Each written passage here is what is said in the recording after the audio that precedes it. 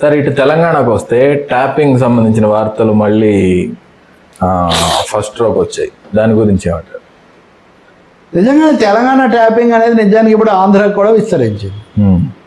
ఇటు నదీ జలాలు బనకచెర్ల సమస్య, ఈ ట్యాపింగ్ సమస్య, చాలా విషయాల్లో ఇప్పుడు బీఆర్ఎస్ నాయకులు అటువైపున కాంగ్రెస్ వాళ్ళు మాట్లాడినప్పుడు అక్కడ తెలుగుదేశం వాళ్ళు మొత్తానికి రెండు రాష్ట్రాలకు మళ్ళీ కలగాపులకమై ట్యాపింగ్ మరీ ముఖ్యంగా షర్మిల ఫోన్ ట్యాప్ చేశారు.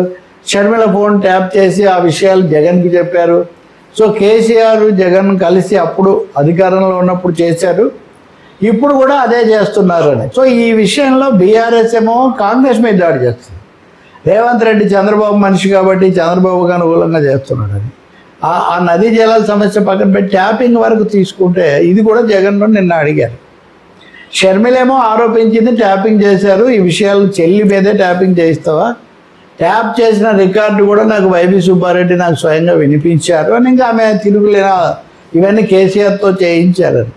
జగన్ ఏమో ఆయన మళ్ళీ అది కూడా ఇంతే నాటకీయంగా ఎవరబ్బా ఏమబ్బా ఇవన్నీ అడిగి నాకేం సంబంధం అబ్బా, ఆమె కేసీఆర్ మీద పోరాడుతుంది కాబట్టి ఆయన ఏమైనా చేయించినాడేమో దానికి నాకేం సంబంధం అని ఇలా మాట్లాడాడు. అంటే దానికి అంత లైట్గా సమాధానం ఇవ్వడం అంటే దాన్ని ఒక విధంగా అది దాటవేయడం కింద లెక్క. సవాళ్ళు ప్రతి సవాళ్ళు ఇలాంటి వాటికి పోకుండా చంద్రబాబు నాయుడు రేవంత్ రెడ్డి కనెక్షన్ అంతకుముందే ఉంది. మొత్తము రాజకీయ నాయకులు, జర్నలిస్టులు, అధికారులు వందల మంది ఫోన్లు ట్యాప్ చేశారన్నప్పుడు అసలు తెలంగాణలో ఒక స్థాయి మనుషుల యొక్క జీవితాలకు సంబంధించి ఒక ప్రశ్నగా తయారైంది. ఏ ఏ విషయాలు వాళ్ళు దొరికించుకున్నారు, ఎవరెవరికి ఇచ్చారు, ఏమవుతుంది అని.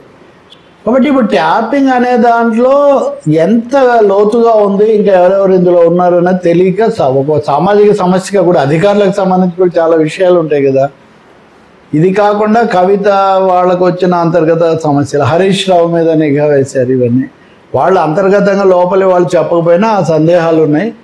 రెండో అంశం రేవంత్కి కూడా ఇప్పుడు ఈ బనకచెర్ల ఇది వచ్చేసరికి ఈయన అఖిలపక్షం పెట్టాడు, అక్కడ చంద్రబాబు పెట్టలేదు. నిన్న చంద్రబాబు మీడియా గోష్ఠిలో ఆయన కూడా జవాబు చెప్పారు, నేనైతే తగాదా పెట్టుకోనని ఒక విషయం చెప్పారు. రేవంత్ రెడ్డి ఏమో చంద్రబాబును ఉద్దేశించి కొన్ని వ్యాఖ్యలు చేశారు.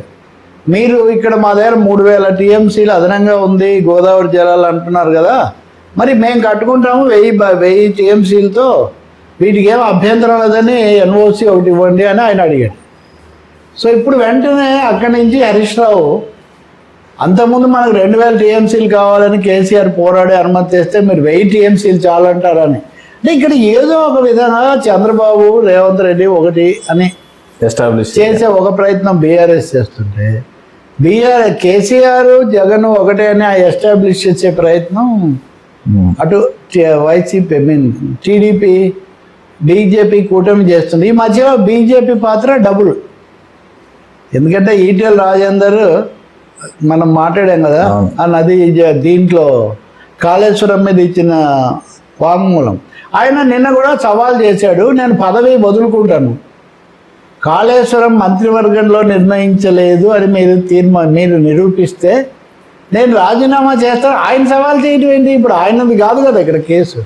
అందుకనే తెలంగాణ రాజకీయాలు చూస్తే ట్యాపింగ్ విషయంలో అయినా, నదీ జలాలైనా, వ్యక్తిగత వ్యవహారాలైనా, వ్యక్తులు, పార్టీలు, కుటుంబాల మధ్య, రెండు రాష్ట్రాల మధ్య కూడా సుళ్ళు తిరగడం మనం గమనిస్తున్నాం.